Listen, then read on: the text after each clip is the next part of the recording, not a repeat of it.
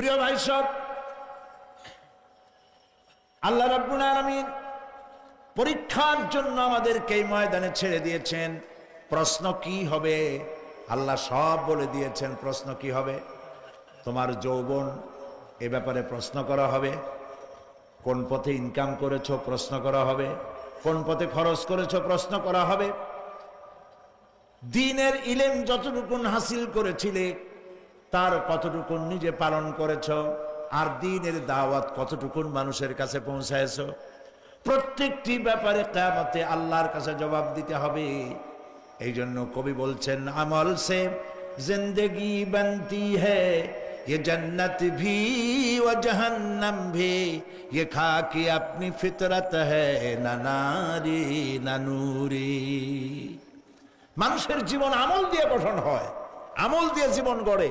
নইলে এই মাটির তৈরি দেহ জান্নাত আর জাহান্নামের কিছু দিয়ে তৈরি হয় নাই। আপনি ইচ্ছে করলে দেহটারে জাহান্নামের জন্য উপযোগী করতে পারেন, ইচ্ছে করলে এই দেহটাকে জান্নাতের জন্য উপযোগী করতে পারেন। এটি আপনার ইখতিয়ারে আল্লাহ দিয়েছেন, আপনাকে বাধ্য করা হয় নাই যে সেজদা না দিলে ফেরেশতা এসে ঘাড়ের উপরে পিটাবে। সুদ ঘুষ জেনা করলে পরে ঠ্যাং পিটায় ভেঙে দেওয়া হবে না, আপনি বাধ্য নন। আপনি সম্মানিত জীব আল্লাহ, সম্মানিত প্রাণী আল্লাহ পাকের, সেই জন্য মানুষকে বাধ্য করা হয় নাই। অটোনোমাস বডি, অটোনমি দেওয়া হয়েছে, আপনাকে স্বাধিকার দেওয়া হয়েছে। চন্দ্র সূর্যের ব্যাপারে স্বাধিকার দেওয়া হয় নাই। রাত এখন 7:35, সূর্যের বাপেরও ক্ষমতা নাই বাংলাদেশে এখন উকি মারে, ঠিক কিনা? সে এখন আমেরিকায় রোদ দিচ্ছে, তাপ দিচ্ছে আমেরিকায়। ওকে নির্ধারণ করা হয়েছে যেভাবে, সেইভাবেই করতে হবে। পানি বলেন, পাহাড় বলেন, পাখি বলেন, চন্দ্র বলেন, গ্রহ বলেন, নক্ষত্র বলেন, সব জিনিস বাই হুক অ্যান্ড ক্রুক আল্লাহর হুকুম মানতে বাধ্য। কোরআনে কারীম আল্লাহ পাক বলেছেন, আফা গায়রা দীনিল্লাহি ইয়াবগুন ওয়া লাহু আসলামা মান ফিস সামাওয়াতি ওয়াল আরদি তাওআন ওয়া কারহা। আল্লাহর দেওয়া জীবন ব্যবস্থা ছেড়ে দিয়ে তোমরা কি অন্য কোনো মতবাদ তালাশ করো? ওয়া লাহু আসলামা মান ফিস সামাওয়াতি ওয়াল আরদ, অথচ আকাশে যা আছে, জমিনে যা আছে, সব আনুগত্যের মস্তক আমার সামনে অবনত করে দিয়েছে। সুবহানাল্লাহ। মানুষকে আল্লাহ পাক ইখতিয়ার দিয়েছেন। ইচ্ছে করলে মাহফিলেও আসতে পারেন, ইচ্ছে করলে সিনেমাও ঢুকতে পারবেন, অসুবিধা নেই।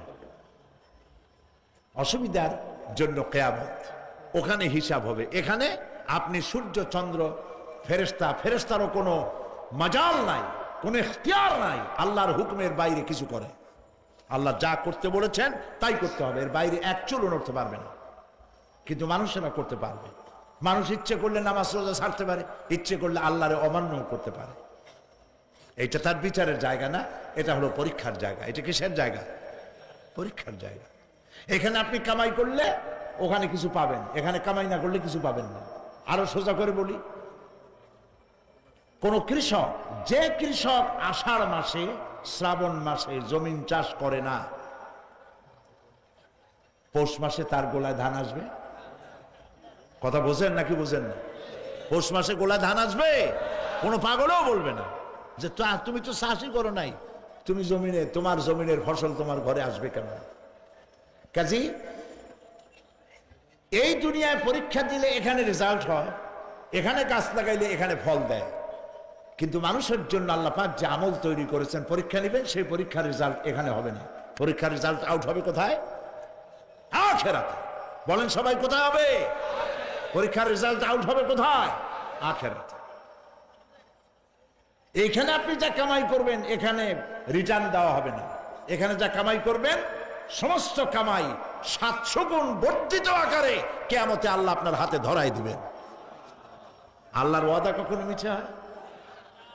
মিথ্যা হয় রাজনৈতিক দলের নেতারা, এই জাতীয় লোকেরা যারা মঞ্চে আসে আর বলে যে এবার আমাদের ভোট দেন, আমরা ক্ষমতায় যাইতে পারলে আপনারা না খাইয়া কেউ মরবেন না। কিন্তু কি খাইয়া মরবে তাও কয় না।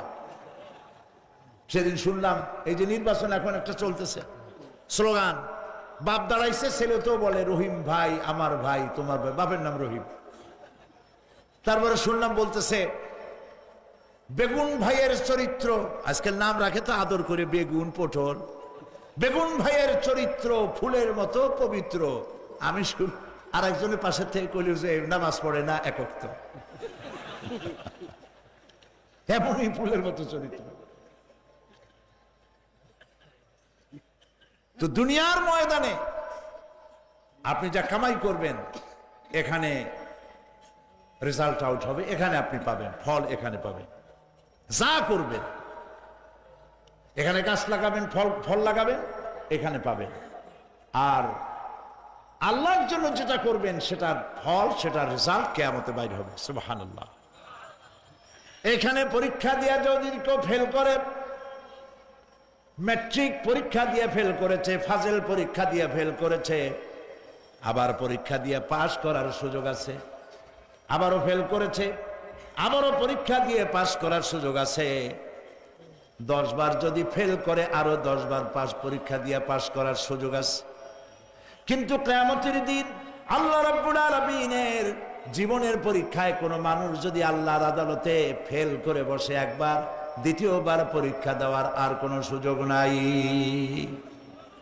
এই পৃথিবীতে যদি কেউ নিম্ন আদালতে মামলায় হেরে যায়, জজ কোর্টে করবে, যদি হেরে যায় হাইকোর্টে করবে, হেরে গেলে আপিল করবে সুপ্রিম কোর্টে, সুপ্রিম কোর্টেও যদি হেরে যায় তাহলে প্রেসিডেন্টের কাছে আপিল করবে।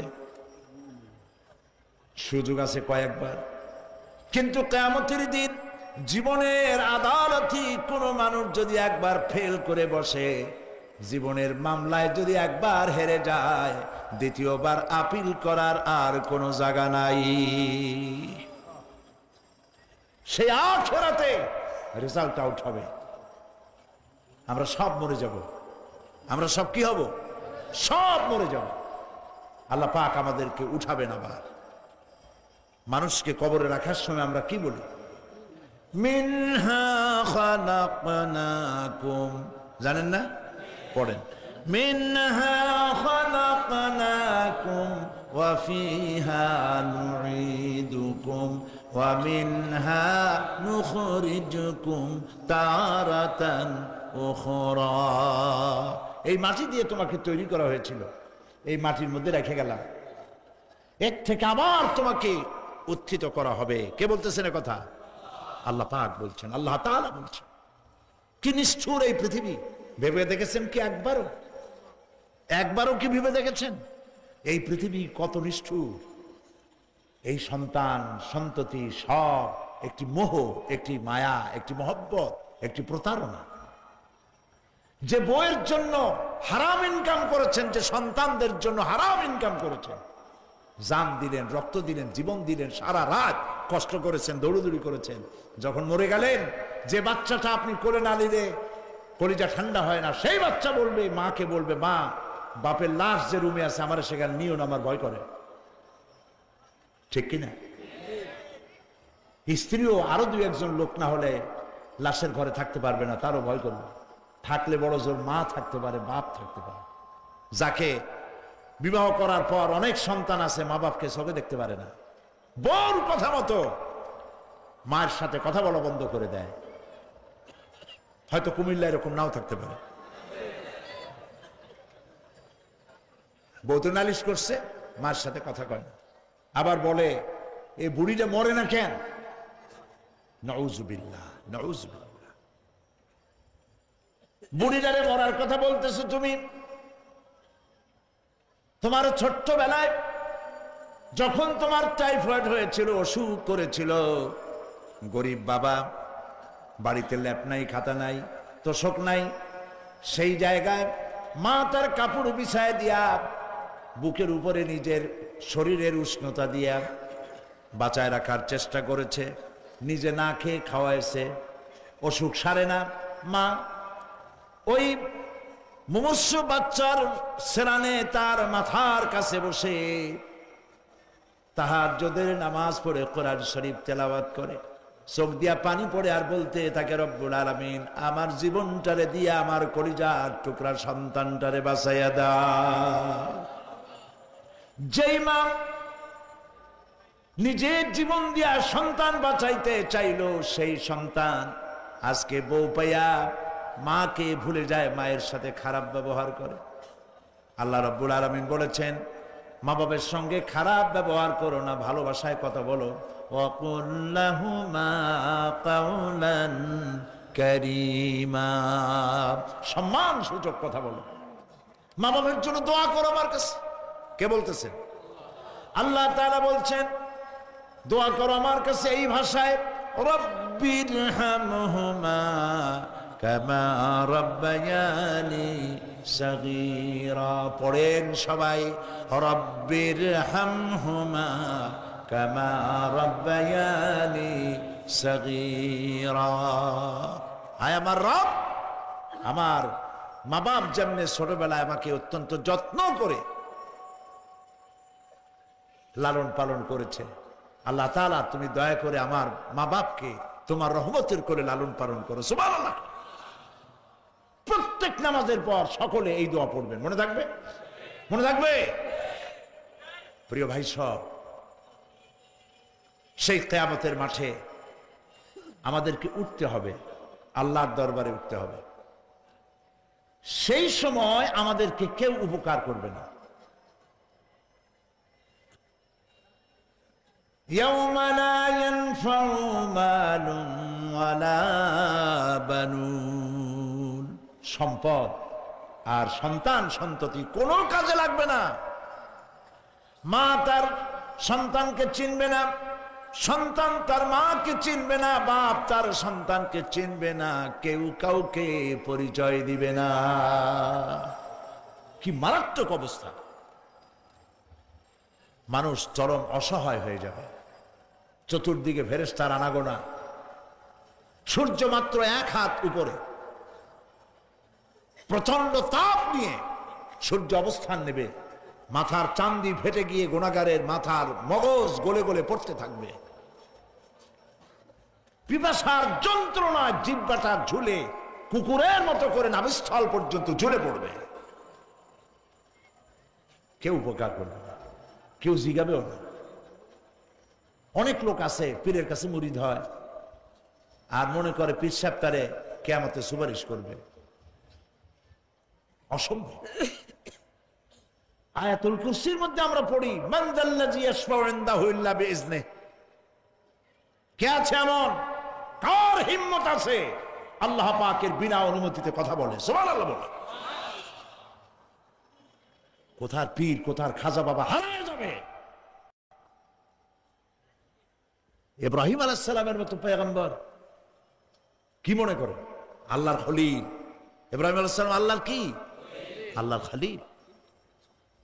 আল্লাহর খলিল কিয়ামতের দিন বলবেন, আল্লাহ পাক, আয় আল্লাহ তাআলা, আমার বাপের কাছে আমার একটা ওয়াদা ছিল, আমি সুপারিশ করব তার জন্য, তুমি দয়া করে আমার বাপকে জাহান্নাম থেকে ক্ষমা করো, আমি তার জন্য সুপারিশ করতেছি। আল্লাহ তাআলা বলবেন, ইব্রাহিম, তোমার সুপারিশ মঞ্জুর হলো না। কথা বুঝতেছেন না? বুঝতেছেন না? ইব্রাহিম আলাইহিস সালাম যদি বাপের জন্য সুপারিশ করতে না পারে, ইব্রাহিম আলাইহিস সালাম তিনি যদি তার বাপের জন্য সুপারিশ করিয়া যদি ব্যর্থ হন, আপনার পিসাব কোন কামে লাগবে চিন্তা করেন। নবী করিম সাল্লাল্লাহু আলাইহি ওয়াসাল্লামকে প্রশ্ন করা হয়েছে, হে রাসূল, আপনার আব্বা আম্মার অবস্থা কি হবে? কথা কি শোনেন নাকি? আপনার আব্বা আম্মার অবস্থা কি হবে? নবী করিম সাল্লাল্লাহু আলাইহি ওয়াসাল্লাম বলেছেন, আমি আমার আব্বা আম্মার কোন উপকারে আসব না। ইন্না লিল্লাহি ওয়া ইন্না ইলাইহি রাজিউন। তাহলে কোন সাহসে মনে করতেছেন কোন পীর কোন একটা বিদেশ থেকে, দেশের থেকে একটা নাজিল হলো আর ওইটার পিছনে পিছনে দৌড়াবেন, সে আপনারা নাজাত দেবে, তার পায়ে চুমা খাবেন? এই পায়ে হাত দিয়ে কদম বুঝি করা বাদ দেন। টাকা ইনকাম করার জন্য মানুষকে ভুল পথে পরিচালিত করছে অনেক পীর। আছে না এমন? খালি মানুষে টাকা দেয়, জামায় অনেক পকেট, খালি টাকা নেয় সমানে ঢুকাইতে থাকে চতুর্দিক দিয়ে। বাইরে বোঝার উপায় নাই, কিন্তু অনেক পীর আছে এমন, ঢাকা শহরে বড় বড় মার্কেটের মালিক, আমি জানি বড় বড় মার্কেটের মালিক, বিরাট ব্যবসায়ী, জামা পরিষ্কার করে না 2 মাসেও। মানুষে দেখাবার জন্য গামছাটা নাকের কাছে ধরে ফত ফত করে আওয়াজ করে, মনে হয় যেন কাঁদতেছে। আর্টিফিশিয়াল তাসান্নুর। হাবিজাবি জিকির শিখায়, লা ইলাহা কতক্ষণ, ইল্লাল্লাহ কতক্ষণ, আল্লাহ আল্লাহ কতক্ষণ। কোথায় পাইছো ইল্লাল্লাহ? ইল্লাল্লাহ কিসের জিকির? ইল্লাল্লাহ মানে কি? আল্লাহ ছাড়া, আল্লাহ ছাড়া, আল্লাহ ছাড়া, আল্লাহ ছাড়া কি? কাজী রাসূলুল্লাহ যা করেন এগুলি বেদাত। এইসব পীরের পাশে যাবেন না, মনে থাকবে।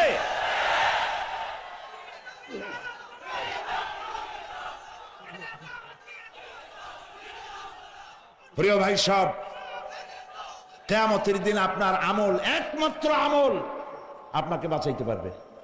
এই কোরআন শরীফে আল্লাহ পাক বলেছেন, ইয়া আইয়ুহাল্লাযীনা আমানু আবতাগু ইলাইহিল ওয়াসিলা। হে বিশ্বাসীরা, ওসিলা ধরো। ধুরন্ধর এক শ্রেণীর লোকেরা এর অর্থ করেছে পীর ধরো। দুনিয়ার কোন তাফসীর, যত মুফাসসির পৃথিবীতে জন্মগ্রহণ করেছেন, কোন মুফাসসির এটা বলেন নাই আবতাগু ইলাইহিল ওসিলার মানে হলো পীর ধরো। বরং সমস্ত তাফসীর মুহাক্কিকিন বলেছেন আবতাগু ইলাইহিল ওসিলা আয় আমলে সালেহ, নেক আমলের ওসিলা ধরো। সুবহানাল্লাহ, নেক আমলের ওসিলা ধরো। প্রিয় ভাই সব, ধান্দাবাজি ছাড়তে হবে।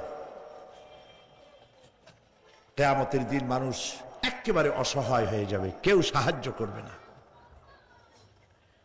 সেই দিন প্রশ্নগুলি, প্রশ্নপত্র সামনে আসবে, আমলনামাগুলি বেঈমানের পিছন দিক থেকে বাম হাতে আসবে, আর ইমানদারের সামনে থেকে ডান হাতে আসবে। আমলনামা হাতে পাওয়ার সঙ্গে সঙ্গে বেঈমান বুঝে ফেলবে তার জায়গা কোথায়।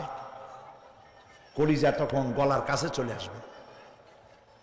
সপ্ত ছিল একসাথে।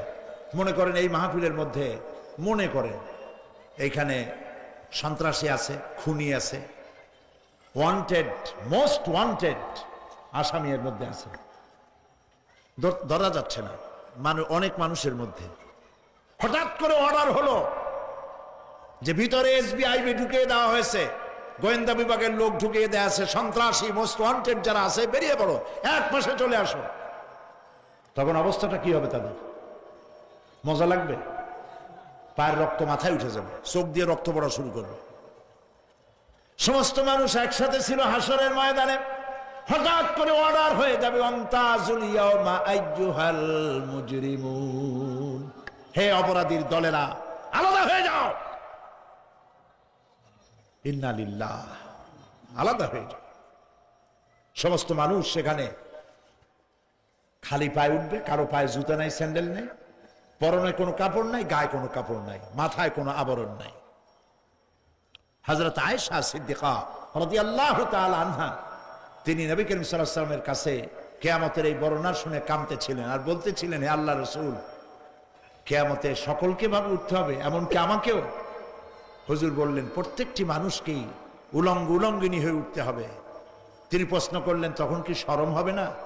নবী করিম সাল্লাল্লাহু আলাইহি ওয়াসাল্লাম বলছেন, জাহান্নামের ভয়তে কেউ কারো দিকে তাকাবার সুযোগ পাবে না।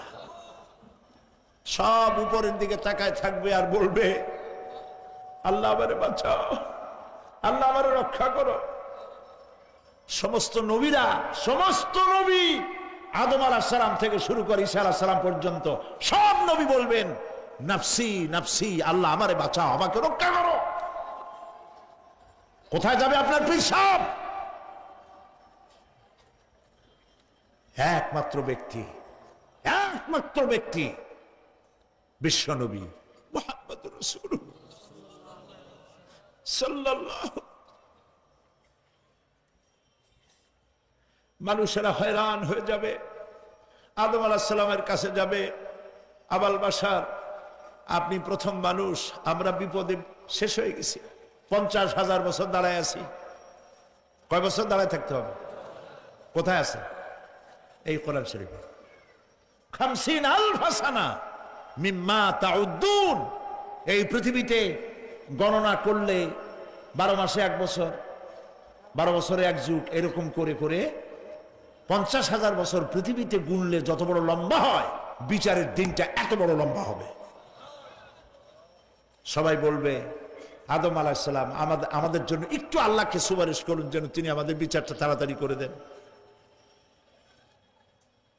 তিনি বলবেন আমার পক্ষে সম্ভব না, আল্লাহর সামনে দাঁড়িয়ে কথা বলার আমার কোনো সাহস নাই, আমি পারবো না। নূহ আলাইহিস সালামের কাছে যাও। নূহ আলাইহিস সালাম বলবেন আমি পারবো না। মুসা আলাইহিস সালামের কাছে যাও। তিনি বলবেন আমি পারবো না। ইব্রাহিম আলাইহিস সালামের কাছে যাও। একজন আরেকজনের কাছে পাঠাবে। সর্বশেষ ঈসা আলাইহিস সালামের কাছে লোকেরা আসবে, হাসরবাসী। ঈসা আলাইহিস সালাম বলবেন আমি তো পারবোই না, কারণ পৃথিবীর শত শত কোটি নাসারারা আমাকে আল্লাহর ছেলে বলেছে, অথচ আমি তাদের তা বলতে বলি নাই। আমি নিজের ব্যাপারেই আজকে শঙ্কিত, আমারে তারা আল্লাহর ছেলে বলছে। আল্লাহ আজকে আমার সাথে কি ব্যবহার করবেন আমি তো জানি না, আমি নিজেই বিপদে আছি। তবে আমি তোমাদের ব্যাপারে একটা পরামর্শ দিতে পারবো। একজন ব্যক্তি আছে যার কাছে গেলে তিনি কথা বলতে পারবেন, তিনি বিশ্বনবী রাহমাতুল লিল আলামিন জনাব মুহাম্মদ রাসূলুল্লাহ সাল্লাল্লাহু আলাইহি ওয়াসাল্লাম। তার কাছে চলে যাও। হাসরবাসীরা তার কাছে চলে যাবে। নবীজি সকলের কথা শুনে সিজদায় পড়ে কাঁদতে থাকবেন। তিনি বলবেন হাসরবাসীদের কাজ সুস্থ করবেন, এই কাজ আমার কাজ, আমি বলবো আল্লাহ পাককে। তিনি সিজদায় পড়ে কাঁদবেন। রব্বুল আলামিন প্রশ্ন করবেন, হে আমার রাসূল, আপনার তো আজকে কান্দার দিন না, আপনি কাঁদেন কেন? আমি আপনাকে মাকামে মাহমুদ দিয়েছি, কাউসারের মালিক বানাই দিয়েছি। আপনি জান্নাতে প্রবেশ করার আগে কেউ ভেস্টে যাইতে পারবে না, এই সম্মান দিয়েছি, কাঁদেন কেন? নবীজি বলেন রব্বুল আলামিন যা তুমি আমার জন্য বরাদ্দ রেখেছো সব আমি পেয়েছি বা পাবো, আমি কান্দি আমার উম্মতের কি হবে? আল্লাহ রাব্বুল আলামিন তাকে পারমিশন দিবেন, আপনার নেককার জান্নাতি উম্মতগুলি আপনি বেছে নিন। নবী করিম সাল্লাল্লাহু আলাইহি ওয়াসাল্লাম পারমিশন পাবেন। আল্লাহর পারমিশন ব্যতি রেখে আল্লাহর দরবারে কথা উচ্চারণ করার ক্ষমতা কারো হবে না। সুবহানাল্লাহ। এই কথা ভাববার কোনো কারণ নাই। অমুক পীর সাহেবের অনেক মুরিদ আছে, সব মুরিদ টুরিদ নিয়ে নারায়ে তাকবীর জিন্দাবাদ, পীর সাহেব জিন্দাবাদ, এই সমস্ত বাদ বোধ কামে লাগবে না। ওয়া কুল্লুহুম ইয়াতিহি ইয়াউমাল কিয়ামাতি ফারদা। কিয়ামতের দিন প্রত্যেককে একজন একজন করে আসতে হবে আল্লাহর দরবারে। আল্লাহ বলেছেন একজন একজন একজন, মিছিল করার উপায় নেই। আল্লাহ রাব্বুল আলামিনের দরবারে হাজির হয়ে যাবে সেই কঠিন হাসরের ময়দানে বাঁচার জন্য। নবীজি দোয়া শিখায় দিয়েছেন, দোয়া করো আল্লাহুম্মা হাসিবনি হিসাবান ইয়াসীরা। পড়েন আমার সাথে, আল্লাহুম্মা হাসিবনি হিসাবান ইয়াসীরা, আল্লাহুম্মা হাসিবনি হিসাবান ইয়াসীরা। হে আল্লাহ তুমি আমার সহজ হিসাব নাও। আল্লাহ রাব্বুল আলামিন বান্দার কাকুতি বিরতির দিকে লক্ষ্য করে বলবেন, বান্দারে আমি তোকে ক্ষমা করে দিলাম। এটাই হলো হিসাবান ইয়াসীর, সহজ হিসাব। এই সহজ হিসাব কার কিসমতে আছে কার কিসমতে নাই তা আমরা কেউ জানি না। এই দুনিয়াটাকে আল্লাহ পাক বানাইছিলেন পরীক্ষা নেওয়ার জন্য। কি জন্যে? পরীক্ষা নেওয়ার জন্য। পরীক্ষায় যার যে বয়স এখন আছে, এখানে আমার যা বয়স আপনার যা বয়স, এই বয়সে যা যা করছি এখন হিসাব করেন। ছোটবেলায় কই মাছের কাঁচা গলার মধ্যে ঢুকছিল, তখন ক্লাস 2তে পড়ি। এরকমের একটা ঘটনা মনে আছে কিনা? মনে নাই? অন্যের বাড়ির আম পাড়তে গিয়া বাড়িওয়ালার সামনে পড়ছিলেন, 2টা থাপ্পড় দিছিল। এসব কথা মনে আছে না? আছে কিনা? এই ছোট্ট ছোট্ট কথাগুলি, কোন পুকুর পাড়ে আসার খাইছিলাম, কেডা মারছিল, সেই ছোট্টবেলা থেকে এই পর্যন্ত এই ছোট্ট কথাগুলি যদি মনে থাকে, তাহলে বড় বড় পাপ কি কি করছেন তা মনে নাই? তাহলে